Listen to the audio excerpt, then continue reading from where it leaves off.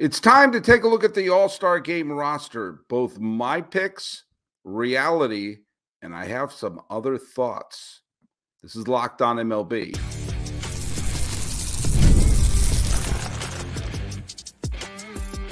You are Locked On MLB, your daily MLB podcast, part of the Locked On Podcast Network, your team every day. Oh, hello, baseball fans, and welcome to Locked On MLB, part of the Locked On Podcast Network, where it's your team every day. This is the daily podcast. We talk about all of Major League Baseball. I am your host, Paul Francis Sullivan. If you don't believe me, I can prove it. I got a lower third somewhere around here. There it is. You can call me Sully. I've been a baseball podcaster for well over a decade now, and this is my sixth full season here at the Locked On Podcast Network, where I'm doing double duty this year. I'm doing Locked On MLB 5 days a week, and I'm doing Locked On A's 5 days a week. So if you like what we're doing here, well, then you know what? You can follow us. And you can follow us at Locked On MLB Pods on Twitter or whatever it's called now, and on Instagram. I'm your pal Sully. I'm at Sully Baseball on Twitter, Sully Baseball Podcast on Instagram. If you're using any of those glorious social media sites that are making the world such a better place, make sure to use that hashtag EverydaySully, and we can keep track who's listening to us every single day. Hey, today's episode is brought to you by our friends over at FanDuel. Make every moment more as the playoffs wound down from basketball and hockey. The sports just stopped sports in the way we want them to. But this summer, FanDuel is hooking up all customers with a boost or a bonus daily. That's right. There's something for everybody every day, all summer long. So visit FanDuel.com to get started. Let me tell you what's going to happen in today's episode. I'm recording this part a little bit early, and looks like the sun is hitting it. It's like it's hitting the map room in Raiders of the Lost Ark, so I'm going to shift it just a tiny bit there. Yeah, it's a different part of the day. I'm recording this part a day ahead of time, and I have in front of me a sheet that has my picks for the All-Star Game roster. If I were to construct an All-Star Game roster, who would I put on it? And I did my best to follow the rules of the All-Star Game roster selection. By the way, I don't know the answer to if anyone answered the trivia question correctly. I will do the trivia question in segment 2, which will be recording tomorrow, and this episode will drop on Monday. So here's what I did. There are rules for the All-Star Game roster. You have to have 32 spots on the roster. 20 are going to be position players, and 12 are going to be pitchers. And every team has to be represented. Now, I made my All-Star Game listings without paying attention to any of the fan voting or anything like that. I voted, and basically I'm using this. This was the ballot that I used when I put in my votes for the All-Star Game. But I'll be honest with you. I don't care who starts or not. I really don't. That to me doesn't matter. You're an all-star or you're not. And I know some people will be elected because of popularity contest, and other people will be on the bench. To me, you're an all-star or not. It's like you're a Hall of Famer or you're not. You know, no one cares if you're elected by the Veterans Committee or this committee or by the writers. You're a Hall of Famer or you're not. You're an all-star or not. So if you're not on, so I have my starting lineup and my second lineup, but you know, it doesn't matter to me if one's in the starting lineup and one's not. These are my picks, and how I did is I had a catcher, first base, third, catcher, all the infield position, outfield positions, and a DH. Then I have a backup catcher, first base and second baseman, shortstop, third base, all the outfield positions, and then I have 2 more hitters, and then I have a third catcher because you probably need a third catcher if you have any situation like this, especially if you're, pulling players and you want to have an emergency catcher on there. And I have 12 pitchers. Now, I have, in the way that I have it, this is just the way it unfolded. I wound up having 9 starting pitchers and 3 relievers on each team. And complete transparency here, I also am using the rule of every team has to have at least 1 representative. That's part of the rules, and so I'm adhering to those rules. There are 4 players who I don't have on the rosters I'm about to read off because they're currently on the injured list. So they would be all-stars but not able to play based on injury. And they're Kyle Tucker of Houston, Mookie Betts of Los Angeles, Bryce Harper of Philadelphia, and Ronald Acuna Jr. of Atlanta. Okay, let's go through. Here are my all-star. These would be my all-star selections. The starting lineup in the American League, at catcher, I have Adley Rutschman of Baltimore. At first base, Vlad Guerrero Jr. of Toronto. At second base, everyone's favorite, Jose Altuve of Houston. He's having a good year. It's funny, I made a big stink about Bobby Witt over Gunnar Henderson for shortstop. And in the end, I think, you know what? I think it's razor thin. And right now, I'm leaning towards Gunnar Henderson. But again, whatever the situation is, to me, it's a coin toss. I think they're both having great years. And spoiler, they're both on my all-star team. I have Red Sox third baseman Rafael Devers at third base. My outfield is Stephen Kwan of Cleveland, Aaron Judge of New York, Juan Soto of New York. And my designated hitter is Yordan Alvarez. My starting lineup in the National League is William Contreras at catcher from Milwaukee, Freddie Freeman of LA at first base. It would have been Bryce Harper, but Harper's injured. My second baseman is Ketel Marte of Arizona. My shortstop is Ellie De La Cruz of Cincinnati. My third baseman is Alec Boehm of Philadelphia.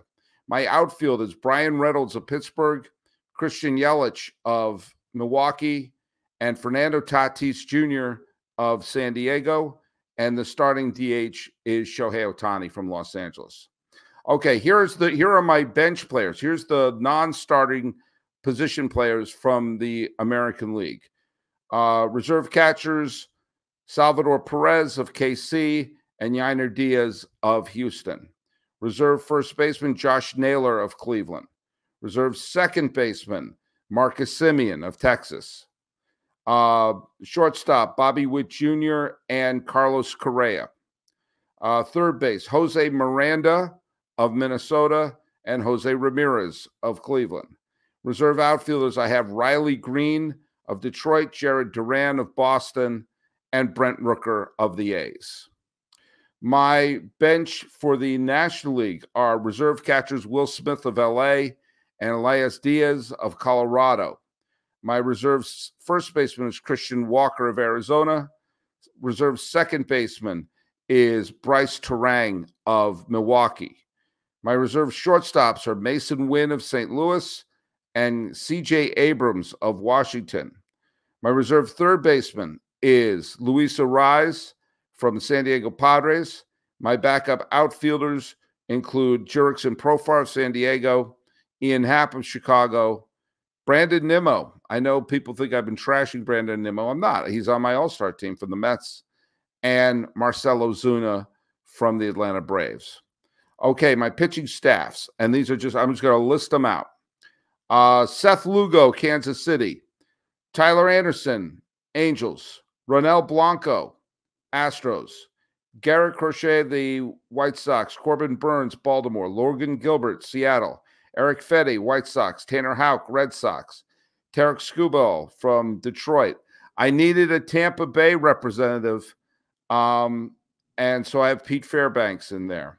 All apologies to Isaac Paredes, but there was not enough room in terms of infielder, so I have Pete Fairbanks. I also have Emmanuel Clase, reliever from Cleveland, and Mason Miller from the Oakland A's. The White Sox have 2 reps from my team, and the A's have 2 reps from my team. Go figure. The pitching staff from the National League: Chris Sale from Atlanta, Logan Webb from San Francisco, Jake Irvin from Washington, Luis Severino from the Mets, Cal Quantrill from the Colorado Rockies, Tyler Glasnow from the Dodgers, Zach Wheeler from Philadelphia, Paul Skeens from Pittsburgh, Ranger Suarez from Philadelphia, Christopher Sanchez from Philadelphia, Tanner Scott from the Miami Marlins, and Tyler McGill from the Milwaukee Brewers. And I know some of you are probably throwing something at the wall. I weighed a lot of pros and cons, and I bet when I see the eventual roster, which is coming out in just a couple hours, I have a feeling I'm probably going to be like, do you know what? Maybe I screwed up there. But yep, I feel though that I've a pretty good representation of who the best players in baseball are there, and at least the best players going into the All-Star break. So in segment 2, I'm going to compare them to the actual rosters, and then we're going to take a look at what I think could be and should be done with baseball and the All-Star game. I love sports. I love them so much. I never want them to stop. But as the playoffs wind down and we no longer have the Stanley Cup or the NBA Finals to root for, we get fewer games. And the sports aren't sports in the way I want them to. But FanDuel lets me keep the sports going whenever I want. All I have to do is open the app, dream up bets at any time, and I'm in the mood, and we get ourselves some FanDuel fun. And this summer, FanDuel is hooking up all customers with a boost or bonus daily. That's right. There's something for everyone all day, every day, all summer long. So head on over to FanDuel.com and make the most of your summer. FanDuel is the official sports betting partner of Major League Baseball. Hey, what is your hub for sports news, sports takes, and everything else like that? May I suggest you make the switch to Locked On Sports Today, a free 24/7 streaming channel program for you every day to bring you the biggest sports stories out there. Locked On Sports Today brings you can't-miss analysis, opinions, and news, streaming 24/7 on YouTube or the free Amazon Fire TV channel app, part of the Locked On Podcast Network, where it's your team every day. All right. Lot of discrepancies between my list and the actual list. A couple surprised me. Okay. The elected starters are pretty much everyone on my starting. I know I said I don't care about the starting, but everyone I have starting are on the All-Star team. Rutschman, Guerrero, Altuve, Gunnar, Henderson, Devers, Kwan, Judge, Soto, Alvarez, Contreras, Freeman, Ketel Marte, De La Cruz is on. He is, right? Yes. De La Cruz, Bohm is on the team. Brian Reynolds is on the team. And Tatis Jr. is on the team, and as is Ohtani. All right, no big surprises there. Here are some of the ones on my All-Star team that got snubbed. Jose Miranda. Now, maybe there was a little bit of recency bias on my part that I had Miranda on my list, as he just has been so amazing recently. They put Isaac Paredes on there instead. They don't have Jared Duran. Oh, no, I'm sorry. Jared Duran is on there. I meant to say Brent Rooker's not on the team. David Fry is instead. Now, that could go either way. I may have a little bit of bias because I see a lot more of Rooker than I do of Fry. And I've seen that Rooker is just a terrific right-handed power hitter. Fry has been very good. There was no shortage of Cleveland representatives. And quite frankly, there's 2 A's representatives. I don't think that's a bring out the pitchforks and storm the castle difference there. One big difference is that, and by the way, I'm scratching my head at this, is that both rosters only have 1 backup catcher. I think you got to have a second backup catcher on there, just out of necessity. Whether or not you use them or not is not an issue. But I had Diaz of Houston and hell, Diaz of Colorado. So that allowed them to put in Paredes instead. So my reserves who didn't make it were Miranda, Rooker, and Diaz, and they were able to put in Paredes and Fry. So there you go. That was interesting. And the American League pitchers who got snubbed from my list. Ronel Blanco, I'm stunned about that. Guy throws a no-hitter, nearly throws another no-hitter. He has very good stats for the year. He's kind of a nice story, save for his little suspension he had. That stunned me. They also have a lot more. I have 3 relievers, and they put 4 in. Oh, by the way, by using Isaac Paredes as the Tampa Bay rep, that means Pete Fairbanks isn't on the on the roster out of necessity. Pete Fairbanks became my token Ray. Paredes became their token Ray. So there you go. That flipped on there. No Ronel Blanco, no Eric Fede. That surprised me a lot. Yes, I know Crochet is on there from the White Sox, but Fede's having a terrific year. I am surprised. That did surprise me. Tanner Houck did make it. Seth Lugo made it. A bunch of them did make it. So the two pitchers that I had on there, the three pitchers I had in the American League who didn't make it were Ronel Blanco, as I mentioned, Fede, and Pete Fairbanks. They have Kirby Yates. And you know what? That's fair. Kirby Yates is having a terrific year for Texas. Cole Reagans, I had Cole Reagans off just because of the numbers game. And they have Clay Holmes. I have a problem with that. I have a legitimate problem with Clay Holmes on the All-Star game roster. He has not been pitching well as a closer recently. And when one of the team's issues is their bullpen, and he leads the bullpen, I have a problem with Clay Holmes on the All-Star team. I would rather have Eric Fede or Ronel Blanco on that team. But when we're talking about the edges, Paredes instead of Miranda, no backup catcher, Yates instead of Fairbanks. Blanco is a head scratcher, and they had Cole Reagans on there as well. Okay, mine was pretty close. My American League roster was pretty freaking close. My National League roster, not so much. There's a lot of, as I mentioned, all my starters: Contreras, Freeman, Marte, De La Cruz, Bohm, Reynolds, Yelich, Tatis, and Ohtani were all on there. I realized when I did this, I'd missed Trey Turner. And maybe I missed Trey Turner because he had missed a chunk of the season. But I was kind of like, oh, yeah, I probably should have him on there. That's my bad situation. Okay. I have Mason Wynn on there as my here are the ones who didn't make it from the position players. Obviously, Elias Diaz, who was last year's All-Star Game MVP. They don't have the second reserve catcher, so they don't have that there. They don't have Christian Walker from Arizona. I don't understand that. They don't have Bryce Terang from Milwaukee. I really don't understand that. Mason Wynn of St. Louis. I don't think they don't have Mason Wynn. Ian Happ, they don't have. I thought Ian Happ was doing quite well. And Brandon Nimmo.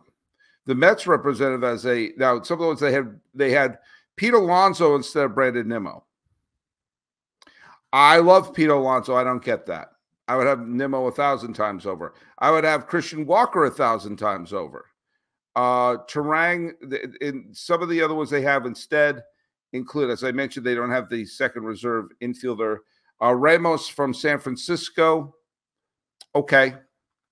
Fine. Teoscar Hernandez from Los Angeles. I hemmed and hawed about Teoscar Hernandez. I need to have a couple of other. I need to have a Cub in there, and I need to have a Cardinal. And there's a couple in that sort of pushed him out of the way there. Ryan McMahon, he's an infielder from Colorado. I had Diaz and Cal Quantrill as the Rockies reps.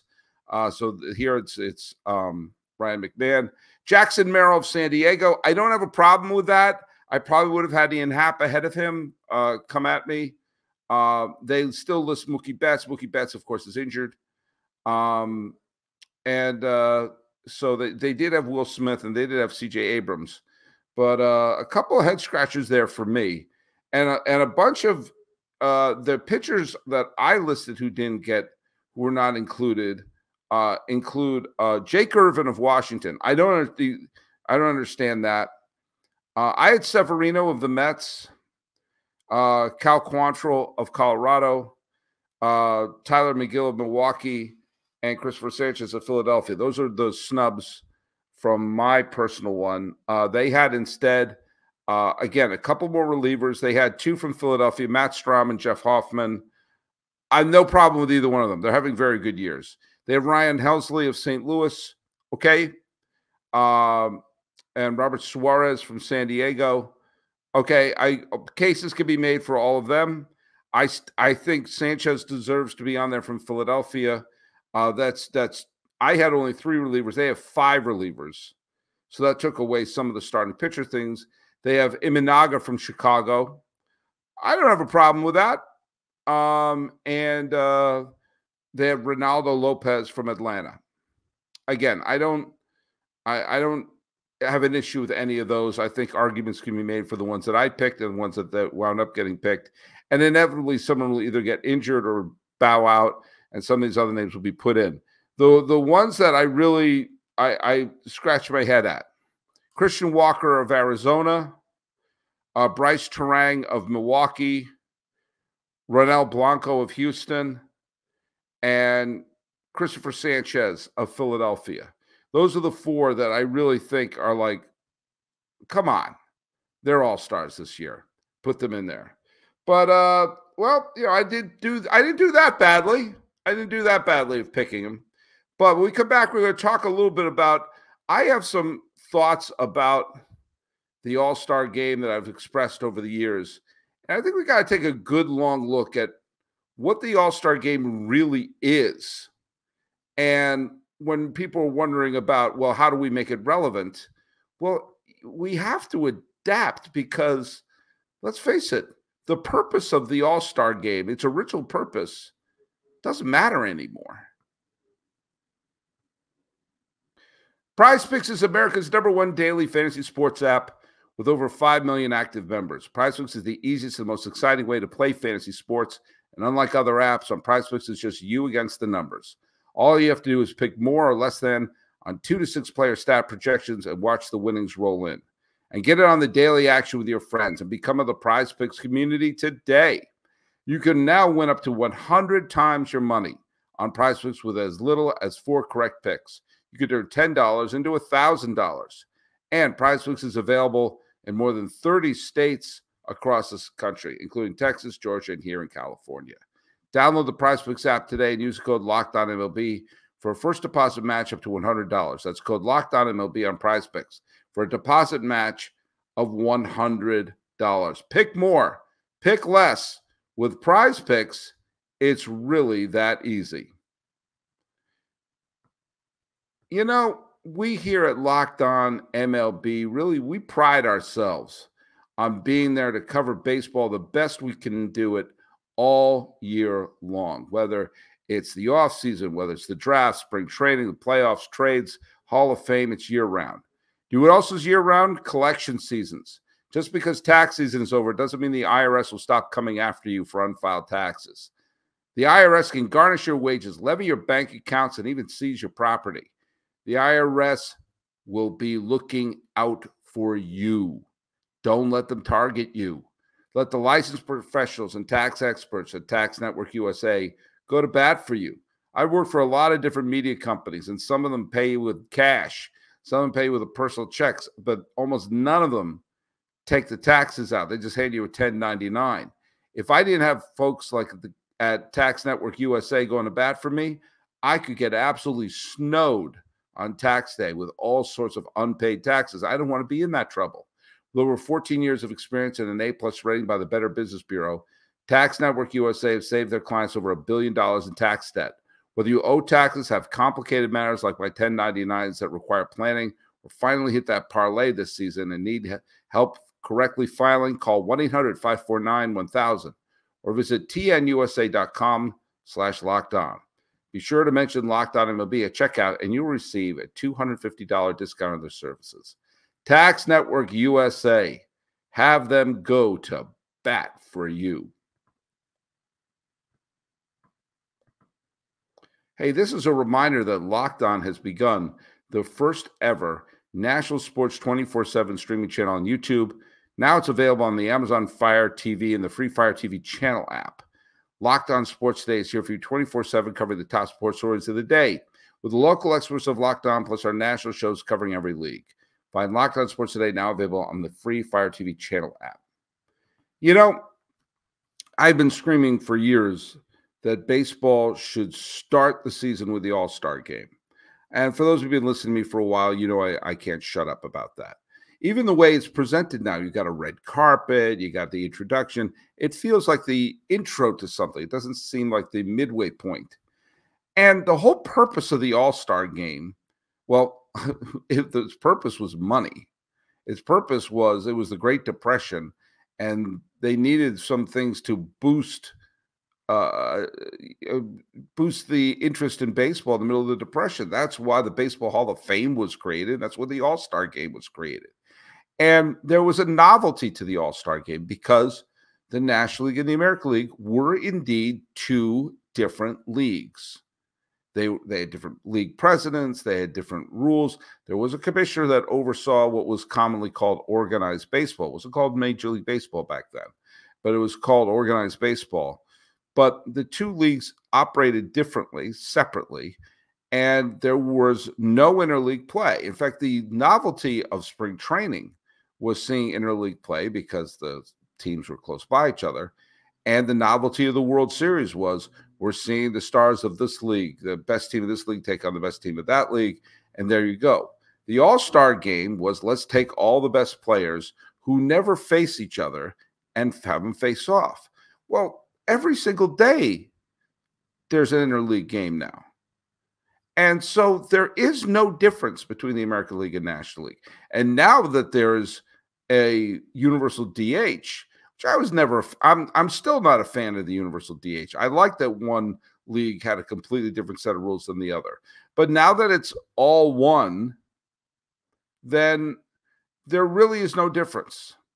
And so oh my God, what's it going to be like when Shohei Ohtani faces off against, Corbin Burns or whatever matchups you have? Well, we see that all year long. And so that novelty of it is gone. And we've all been introduced to the players. That's why I think you start the season with that. And I also have been saying this.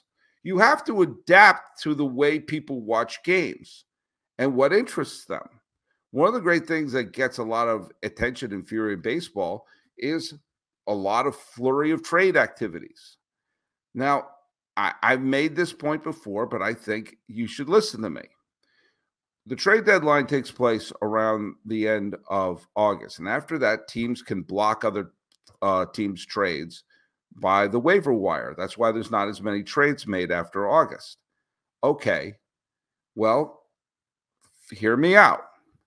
Start the season with the All-Star game. Boom. Big, huge celebration. That's how the season begins. We see all the big stars coming off of the red carpet, a lot of them in the new uniforms for the first time. Great. Then at Memorial Day, you have a 24-hour period. The day after Memorial Day, there are no games played. None. But for that one 24-hour period, all waiver wire blocks are removed. You know how you can block a trade by making waiver claims after August 1st? Have that all year long. All year long, you can block trades. But the day after Memorial Day is like the purge. There's no restrictions. If you want to make a trade, nobody can stop you. No one. And then you do the same thing on August 1st. So you're basically the 1/3 mark and the 2/3 marks. You have a break, a break for the players. But for one day, any trade can be made, and there's all sorts of great speculation, everything like that.